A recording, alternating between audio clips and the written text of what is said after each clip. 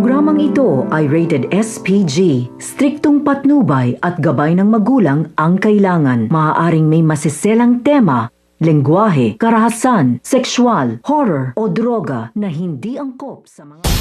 Wala na nga palalagpasin na oras itong nga si Armando at si Lolita upang makipaghiginti na nga sila dito kina Don Ignacio at kina Aurora. Ngayong nakita na pa nila nga itong si Aurora nang dumalo nga sa art exhibit. Ngunit hindi naman nagtagumpay nga itong si Armando na tapusin ito nga si Don Ignacio dahil dumating nga itong si Eduardo. Kaya naman dumating naman itong si Lolita at sinundan niya nga itong si Aurora. Dito nga sisingilin niya na nga raw itong si Aurora sa mga kasalanan na gawa nito sa kanila dahil sa bawal na pagmamahalan nga nila nito ni Oscar. Hindi nga nito alam ni Lolita na nakikinig nga itong ang si Mara sa sinasabi niya kay Aurora.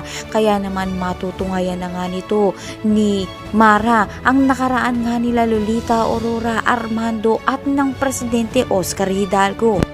Abangan nga natin kung matutunghayan na nga ba nito ni Mara ang katotohanan na magkakilala nga at magkababata itong si Lolita at itong ang si Aurora. Ang lahat na yan abangan natin at huwag mo na rin kalimutan mag-like at mag-subscribe sa aking channel para lagi ka updated sa mga videos na i-upload ko. Maraming salamat sa iyong panonood at God bless.